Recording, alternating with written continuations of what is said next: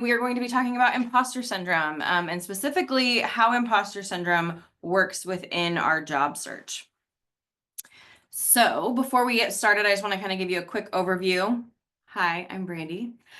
You've also got Ruthie Ditzler on the call. She is going to be managing the chat, popping in here and there, and helping with this conversation. And then we are going to define imposter syndrome, talk about how it happens in your job search and what we can do about it. And then my goal is to leave quite a bit of time for Q&A because this topic, for whatever reason, is a juicy one and we tend to talk a lot. So we're going to roll right into it today. So hi, I'm Brandy. I'm the owner of Talent Career Coaching. I love coaching barrier breakers. So I'm a first generation college grad myself. My dad is a truck driver. My mom worked in a grocery store. I got into corporate and realized I'm out of my element. So I work with people who don't often get a seat at the table, aren't typical faces in their industry, and maybe feel a little bit of lacking of confidence or not really sure how their career can come to play. Ruthie, do you want to introduce yourself or would you like me to introduce you? Sure, I'm happy to introduce myself. My name is Ruthie. I'm one of the coaches on the team at Talent. I specialize in working with young adults and early career professionals. And although do work with job seekers all across the board, my focus is helping people build confidence, build clarity, and really take aligned action towards finding work that truly feels meaningful. I really believe we can make the world a better place if we are all working jobs and are in careers that fill our cups. So that's my focus as a coach. Thanks, Ruthie. So who are we as a collective? Talent Career Coaching is based out of Vancouver, Washington, which is just outside of Portland, Oregon. We serve clients across the United States and Canada, focusing mostly on North America. I occasionally will coach people in the UK, it just depends on the circumstances. And then we offer one-on-one coaching services through all career stages. So whatever's going on with your career, we're here to help support you. Our entire team all has different areas of emphasis. So if you're interested in working with one of us and you're like, this is my problem, we can help you find the right person to help. All right, let's talk about how in the world I ended up here, how I ended up owning this business. I actually struggled with my own career journey. So like I mentioned, graduated college, first generation college student, smack dab in a very traditional corporate environment. And I looked around and I said, I just don't fit. The company was great for some people. It was not the right fit for my value system. And I also wanted to make a bigger impact. And so I then went on the struggle bus and submitted over 250 job applications, trying to find a career path that I thought would fulfill me. And really, it wasn't until I stopped mass applying, slowed down, examined my values, and really embraced my success is when I started to find my own strength in my journey. And that's where today's conversation is going to come into play. All of these things on here, I'm going to just be very transparent. Done them, did it. Yeah, it's great. And most of my clients do too. So my goal today is to leave all of you with a ton of knowledge and a lot of really action-packed tips to help take you to that next level.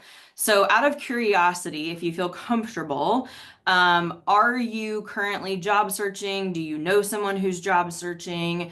Or maybe have you been job searching in the last year? If so, if you feel comfortable just throwing kind of a hand up in the chat, I just kind of want to see where we're at here in terms of the stage and who's kind of in the process of that.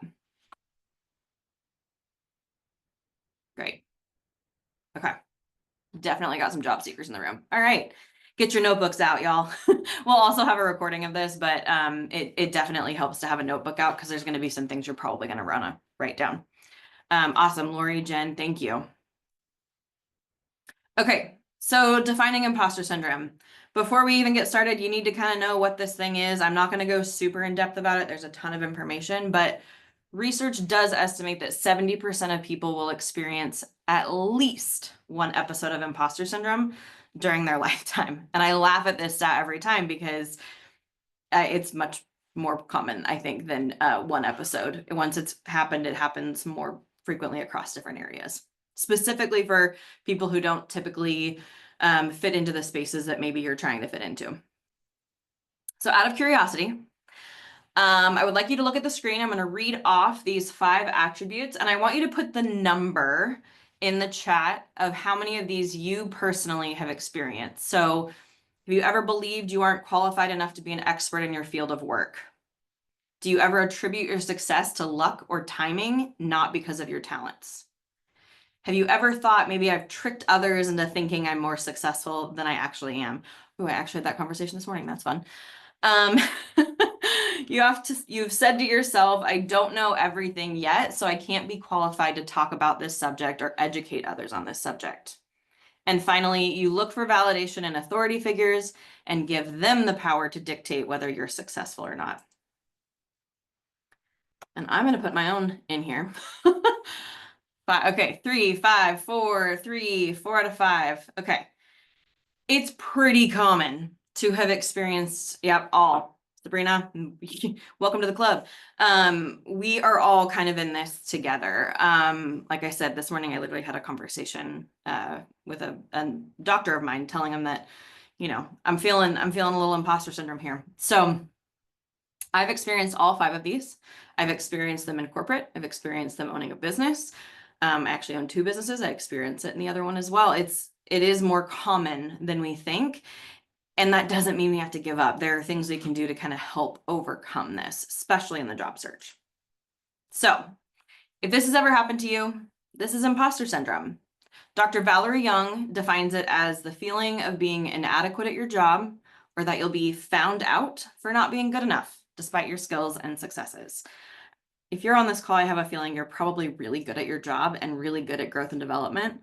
So just give yourself some grace today. And then I'm going to give you some actual tips on how to utilize this. So let's start on how we tackle this. Number 1, we need to know why we have to recognize imposter syndrome and why it's so important. When we are plagued with doubt about our skills or our abilities or our success in life, we are less likely to be compensated fairly because we will underestimate our value to an organization. Receive opportunities for promotion and growth. Again, we're not going to raise our hand, right? And have a healthy relationship with work. Imposter syndrome and burnout go hand in hand. I have experienced both. A lot of people have. And the thing about both of these things is once you've gone through it once, it happens again a lot faster. So just be very aware that recognizing it is like the first part of this journey. Okay, so let's get into the skills and the tips and the tricks. So number 1, I want you to know you're not alone. I've already mentioned that, but I just want to reiterate it again so everybody's on the same page. Many successful people experience imposter syndrome. Here are just a few. The biggest thing that you can do is to name imposter syndrome aloud. When you hear the words, I don't deserve, it was just luck, or it's only a matter of time until they realize, imposter syndrome has taken a seat at the table and we need to address it. And lastly, keep reminders of your success. Actually, over here on this wall, I have a cork board in my office. Let's see if I can turn this real quick. Yeah, you can see it over there by the door. Where I literally did this yesterday. I printed out an email that I got from a client thanking me, and I put it up there because we all have those rough days. And on those rough days, you need to have something that can anchor you back into the things you're really good at. So if you don't have a cork board, you can create a folder in your inbox, label it smiley face, praise, rough day, inbox, whatever you want to name it, and go in and read some of those. That folder and that cork board also become a really great tool during performance evaluation time. You can quickly go back and see all of the impact that you have made. All right, let's take this into the job search. So what I often see happen, and this is especially true for women, is we focus on the details that disqualify us from applying rather than the strengths that make us a great fit. So most women that I work with are like, I can't apply to the job unless I'm 100% match.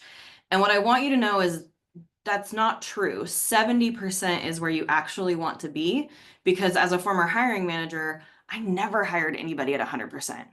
I wanted to see you at 70% because then I knew I had areas of growth for you. I had areas to get you engaged and excited about the work. 100%, you're going to get in there, you're going to cruise and then be bored as all get out in probably less than 6 months, right? If you're submitting angry applications, if you're new to our community, I'll give you a quick overview. Those are the job applications we submit after a bad day at work. We come home, we get on LinkedIn, Monster, Indeed, any of those big platforms, and we just start firing away, right? LinkedIn Quick Apply, that's likely an angry application. You want to make sure that you're submitting applications that are actually pursuing your career goals and are pushing you forward. And we apply for roles below our skill set or pay requirement. So if we flash back to my lovely days when I was submitting 250 applications, I actually got to a final round interview and got a job offer for a job where I was going to be working night shift, significantly impacting my pay and underutilizing my skills. And I almost took it. At the time, I was engaged, and my then fiance, now husband, was like, "Are you bonkers? Like, what is going on, girl?" Because number one, I'm terrible on no sleep, and I wouldn't have even been making enough money to pay my student loan bills. So make sure that you're always applying for roles that are actually going to support your life and are actually going to move you forward. All right, so what about that resume? So if you've got imposter syndrome going on, your bullet points likely undersell you. You're probably submitting a generic resume, and then you're often worried that your resume is not telling the full picture and that you'll be found out. And sometimes this can translate into like sending like a 5 or 6 page resume. 1 page, y'all, 1 page. And I know that sounds like, how am I supposed to do that? If you're not sure, talk with a coach. We can absolutely help you with that. We want to be doing targeted resumes, right? So make sure you're highlighting your skills. You're including data. You're including things that bring the story to life. We want to make sure that your resume is addressing the job requirements, not just a random smattering of history of work. Nobody needs to know that I flipped burgers at one point in high school, unless I'm going back into the food service industry, right? And then think about your experience from the viewpoint of a friend. We are less critical of our friends, so try to pretend you're looking at your resume from your best friend versus yourself. And we typically can get a little more of a positive look there. All right, now let's talk about everyone's lovely cover letters. What I always hear people say is, I'm not going to submit a cover letter, it's optional. And the thing is, you can do that. I'll be the first person to tell you. But your cover letter is where your story comes through. It's where people really get to connect with you at a human level. Your resume should be tactical and like addressing job requirements, but your cover letter is where we really want that story of what makes you you to come through. So 2 things. If there's an option to submit a cover letter, I highly recommend that you always submit it because it could be the tiebreaker. If you've got 2 resumes that are similar, at least for me as a hiring manager, sometimes I would read those and that would kind of make or break who got to come in for the interview if I only had a certain number of spots. And then our cover letters should not be boring. If it's boring, scrap it. I want to see you come across the page. I don't want a regurgitation of your resume in a cover letter form. I would really like to see who you are. What do you like to do? What lights you up? Why do you care about this role? Why do you care about the company? What's your story, right? You and the person sitting next to you are not the same. So make your cover letter sound like you and be a part of your story and your brand. All right, interviews. What happens if we've got imposter syndrome with interviews? You're likely going to talk yourself out of the job, right? I've actually seen people do this in an interview where they sit down and they downplay their contributions, they undersell their skills, or they expect the worst going in, and so their energy is just really dimmed, right? Here's what I want you to know. If you worked on a project, you can claim that project, right? If you worked on rolling something out and you're one of 4, you get to say that you helped make that contribution. It wasn't like you just sat behind and cheered them on. You were probably a part of that. Now you can lean into the areas that you were the expert on, but you get to claim the contribution that you made through that group project or that group outcome. And If you're in an interview, they already like you. Let me tell you, the amount of applications that people get, we're not bringing people into the room just to check a box or just to, you know, and have conversations for the day. No, like if you're in that room, you're already a very high candidate for the job. So if you can go into it with that confidence, I've already made it to an interview. Now I just get to tell them who I am and make sure that everything that I said on paper matches up when we have a conversation. All right, and then offers. So as I mentioned earlier in our presentation, when we experience imposter syndrome, we do tend to make less in compensation. And one of the reasons for that is because you often will accept every opportunity that comes your way. So I need you to hear me when I say every time you say yes to the wrong opportunity, you're saying no to the right one. We all only have a very limited amount of time. And if we are saying yes to things that are draining us or that aren't supporting our ultimate goals or well-being, we're going to miss out on opportunities to say yes to things that would light us up and would make us really excited. So don't settle for less, is the message here. And make sure that the roles that you're getting, the offers that you're getting meet your salary requirements, meet your work schedule, meet your commute, meet your benefits, right? We all have a list of must-haves. You should have a list of must-haves. And if that job does not fit that, then it's probably not the right job for you because yes, you can accept it, but if you're struggling to pay your bills, like that's a whole other additional stress that, yeah, maybe you're not job searching anymore, but now you've got an additional stress that maybe is similar to the one you would have had while you were job searching. So really pay attention to make sure you're saying yes to the right opportunities. Okay, so before we get into what's next, like I said, we typically have quite a bit of Q&A on this topic. So I'm going to open this up. If you've got questions, right down below at the very bottom, there is a Q&A. Feel free and submit them there. If you want me to talk about something, happy to talk about it. This is kind of some time for you to tap into my brain and Ruthie's brain and see what you can get answers to today. I have a question to kick us off, Brandy. I'm wondering from your perspective, what can managers or leaders do to mitigate the impact of imposter syndrome on the people on their team? Yeah. Specifically with job searching or just like in general across the board? I would say in general across the Okay. board. So in general across the board, the biggest gap that I see happening in the workplace is managers and leaders forget to tell you how great you are. We all kind of get into that mode of getting the job done, moving things forward, all of those things. I'm probably guilty of it myself. Ruth, you can call me out here if I am. But we forget to tell people and pause and really intentionally say, hey, this was really good for these reasons. A yearly performance review is great, but it's just not enough when it comes to keeping people's momentum high, keeping them engaged in their work. Like we all are seeking feedback all the time and managers just kind of miss that. And if you are a hiring manager here, one of the things I would say just to kind of tack on to that is if you are interviewing somebody, start the interview with, I just want you to know you're here because we're very interested in you. Like imagine as a kid, like, whew, okay, I can relax, right? That doesn't necessarily mean you're going to be selected, but you've done enough to get into that room. Acknowledge that. Yeah. Good question. Yeah, for sure. That's one thing I like to tell clients that when you get into an interview or if you're negotiating an offer, at that point, the company is pot committed. Like they're all in, like it's a poker game, like they're ready to go. So really, like you said, pausing and honoring all the work and like just the fact that you made it to that point is huge. Yeah.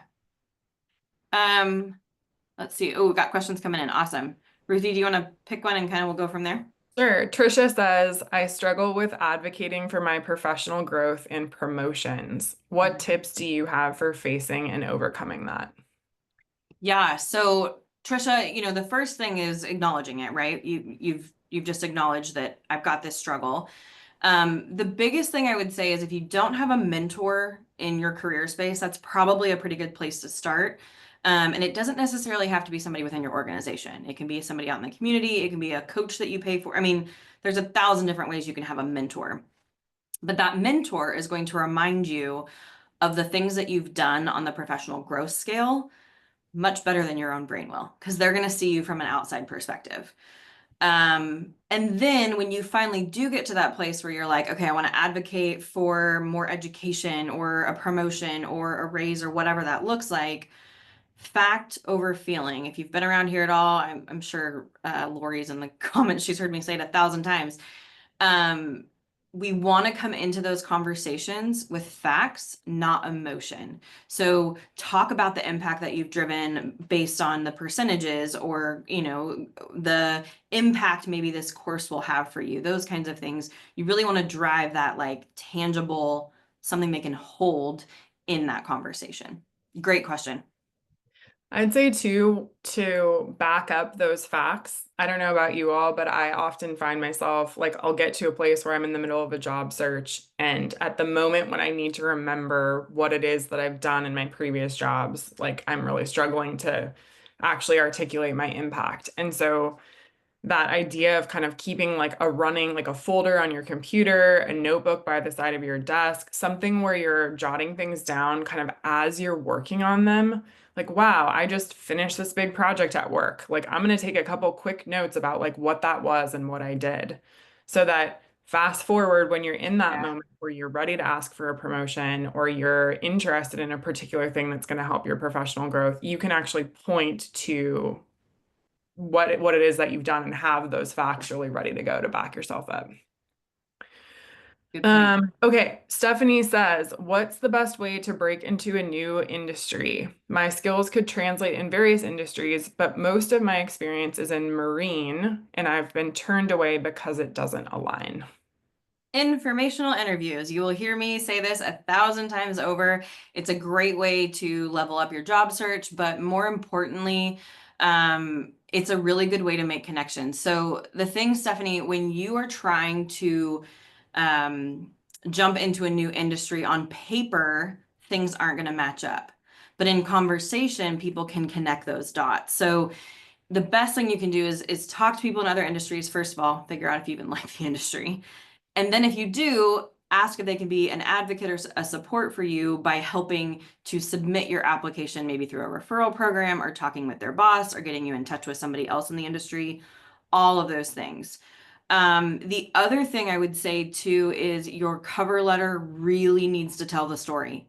Your resume, you can match those skills, but that cover letter needs to make that story come alive and help take the questions out of the hiring manager's mind about, well, this person's in Marine, why would they be coming here? Like, just get it out in the open.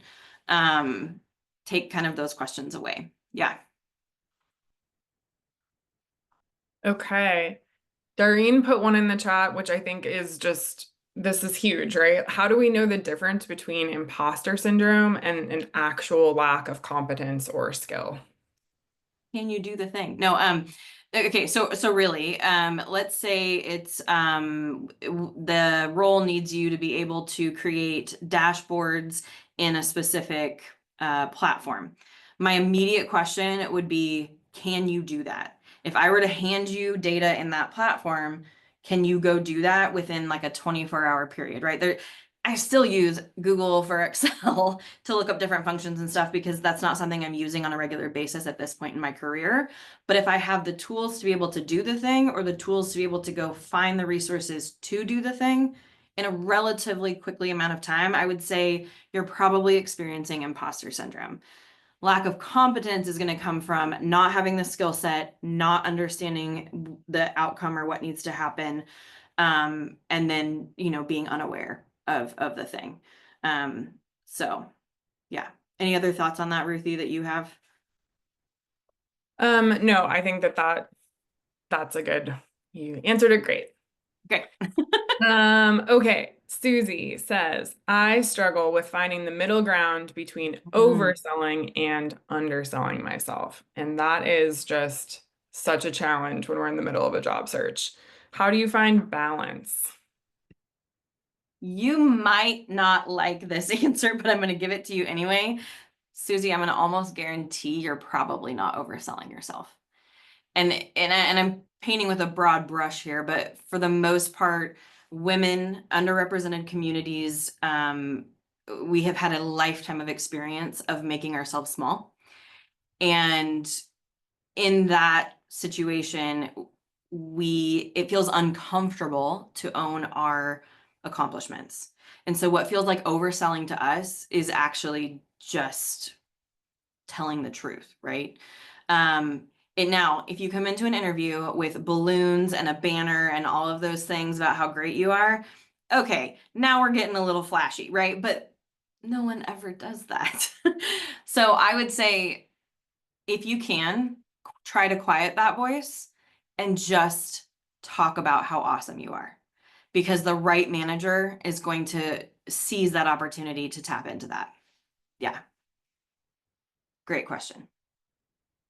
Yeah, and I would just say, like, simply the fact that you're asking the question means that you're not overselling yourself, right? The fact that you have the self-awareness to be like, wait a second, how do I navigate this? And you're thinking about that, I think means that you're, like Brandy said, like, you should lean a little bit more towards the side of overselling yourself, I think.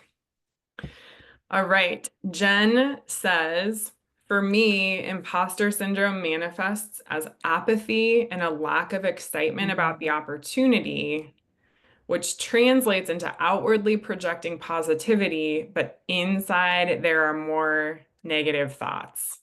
How can I fight it? That is real stuff. Ooh. Okay. So the question I have here, Jen, I mean, there's a lot of things that could be going on here, but when I see apathy, lack of excitement, my question is, well, there's two. Number one, are you applying for things that you're actually excited for? Which, because if you are, then, or if you're not, then that is something we probably need to address to make sure that you're putting yourself forward for the right opportunities. What is more common, and I think I might know who this is. So, what the second one that I would say here is if you find yourself becoming apathetic or disengaged, is it because you're afraid of being disappointed? And here's what I'm going to tell you in the job search. You're going to be disappointed. And I know that does not sound like sunshine and rainbows, and that's probably the thing you wanted to hear today, but that's part of the process. I have yet to have a client submit an application, get that dream job, and we're off to the races. Like there's going to be elements of disappointment in this process, whether that's the timeline went longer than you expected, something came back with the benefits process, whatever. That is part of it. And when we protect ourselves from disappointment, it doesn't stop the disappointment. So I'm going to say that again. When we protect ourselves from being disappointed, we still feel the disappointment regardless. Okay, Jen, I'm protecting myself. So here's my thing. What if we tried on a different hat? What if we allowed ourselves to be excited? What if we gave into that feeling of this could be something, right? And if it doesn't work out, I'm here to tell you that disappointment's going to be the same as it was before. You just have allowed yourself a little more room to be creative and engaged and, open to new opportunities. It is a very hard thing to rewire, but that is how I think you can fight it, is try on a different hat. Just try it. What do you think, Ruthie? Any other thoughts there? I'm like nodding my head over here. I think so much about energy and what we're putting out there in the world. And when I'm working with someone who's applying for a job, but at the same time is saying things like they're going to call me back and say that I'm not going to get this, right? Or I applied, but like I don't think I'm going to hear anything positive for them. You are checking whatever you just sent out into the world you're checking that with like a negative, like a reverse impact when you're kind of also channeling those thoughts out there. And this really is sort of like, it can feel like faking it until you make it. But I think what Brandy's saying is just instead of like, what's the worst that could happen? Like, what's the best thing that could happen? What does that feel like in your body? What emotions are you feeling when you land that job that you are so stoked to land at that company you're so excited about? That's like put yourself in that position and come at it from that energy, even when it feels like you're faking it, because you are. At the beginning, you're definitely faking it. But that mindset shift has a really powerful impact. And, I can get really woo-woo with it, but it's like just thinking about like the energy you're giving off when you're approaching things that way. Um, so I like to kind of sit down and like work with people like, what's your perfect day? What's your perfect company? What are you doing? Like if you could envision like the perfect work life, the perfect career for you, what are those elements? And then think about that, think about how you feel, and then kind of come into your job search with some of that energy and see if you can use that to combat the imposter syndrome. Find, like, sort of think of the things that you get excited about and then bring that energy into it. You got this, Jen. Yeah. You got it. Such a good question. And Susie says, I'm a recovering pessimist. I have to regularly remind myself that things can also turn out better than I expect. Exactly. Like we're hardwired as humans. We have a negativity bias evolutionarily to keep ourselves safe. There's reasons why we react the way we do. And when you're in this really vulnerable, stressed out state of a job search where you have to continuously put yourself out there, of course you feel that way. It's totally normal, right? But that work of like stopping, kind of like Brandy said, like naming it, this is imposter syndrome, or like this is my judge voice, right? This is like the self-doubt coming and naming it and then being like, that's not me. I can choose a different reaction, right? I can choose a different thought in my head.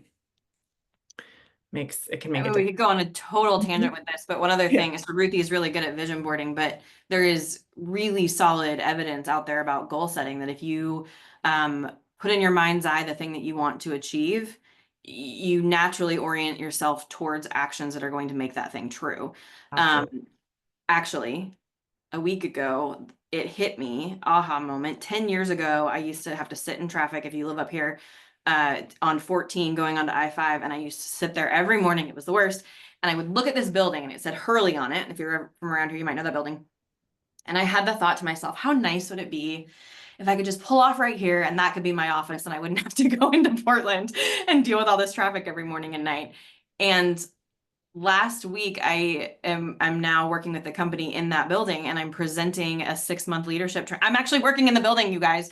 And it just like dawned on me as I was truly voice memoing my best friend. I'm driving home and I'm like, oh, I was like, yeah, I just delivered this thing. And then it like hit me and I was like, oh my gosh, Alicia, that was the building that I used to talk about all the time.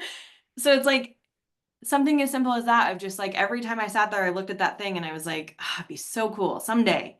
And then fast forward, here I am. I'm not saying it always works out that way, but it did in that situation. So take that as your Amazing. proof in the pudding, if you will.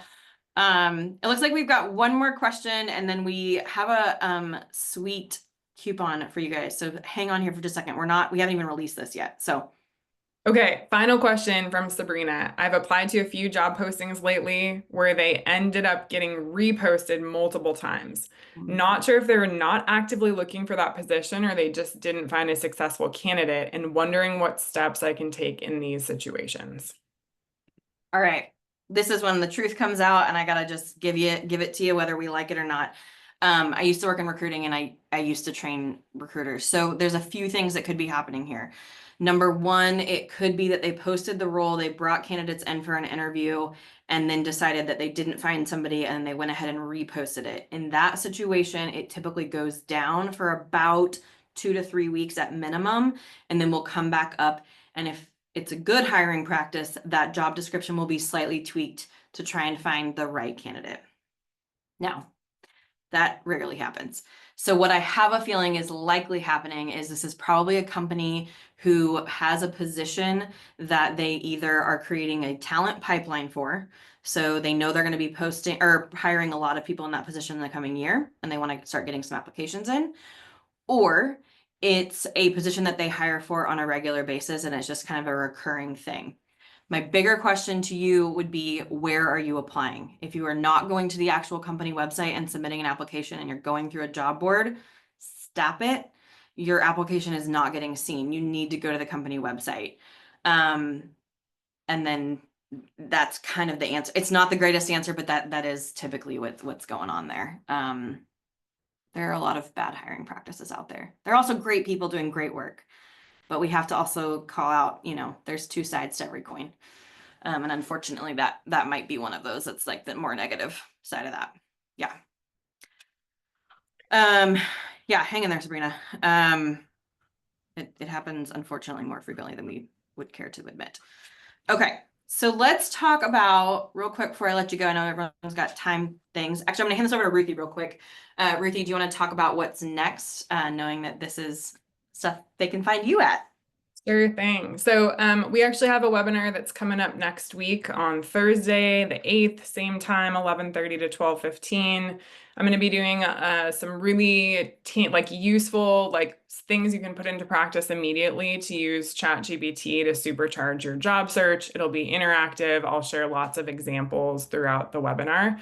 So if you are job hunting, please join me there. If you're in the Portland area, I'll be in person on May 15th. There's an event with Max List happening at University of Portland. So you can come meet us, say hi, and this is geared towards folks who are in the marketing industry, thinking about the competitive job market. And then we also, our special offer for today, so sneak peek at a new program that's launching next week. I always hear from clients, folks are really hard on themselves during the job search. There's lots of research that shows about kind of the importance of accountability, of community, and how that can boost your job search and help you build momentum. So we're launching something called the Job Search Jumpstart, which is 4 hours of guaranteed time on your calendar each month.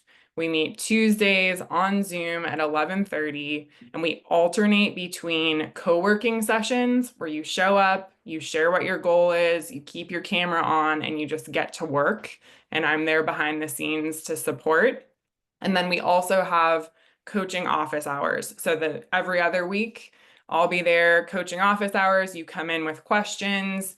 You benefit from getting your questions answered live, and then you're also learning from other folks who are getting their questions answered. And this is just a way to build that accountability, motivation, you will be making progress guaranteed. So we are giving a discount, 25% off the first month for the folks who are on this webinar. If you're interested, shoot us an email, info@talentcareercoaching.com. We're getting this set up on our website today. And so this is a very sneak peek perk that you can get in with this discount.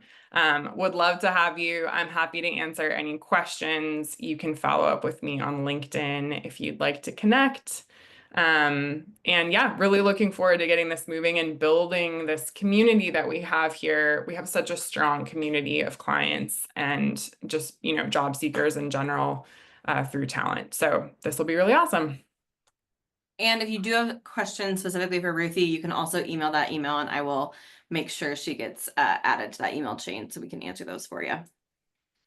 All right, so that is all we have for you today. If you're looking for free career advice, we're always putting things on the blog. We have a podcast now that went out a couple weeks ago. And then all of our webinars always go into our YouTube channel. So if you are like, man, this was really good, I want to go watch others, check out our YouTube channel. If you actually scan that QR code, the link to it'll be right at the top. So thank you all so much for coming. Great questions. I loved the conversation and we are really excited to get this job search jumpstart going. So if you think you could benefit from that, email us. If not, join us back here next week where we dive into all things ChatGPT. It will not be me talking, it will be Ruthie. I'll be here, but she is the expert. I'm learning. All right, everyone, have a great rest of your day, and we will see you next week. Thanks, y'all.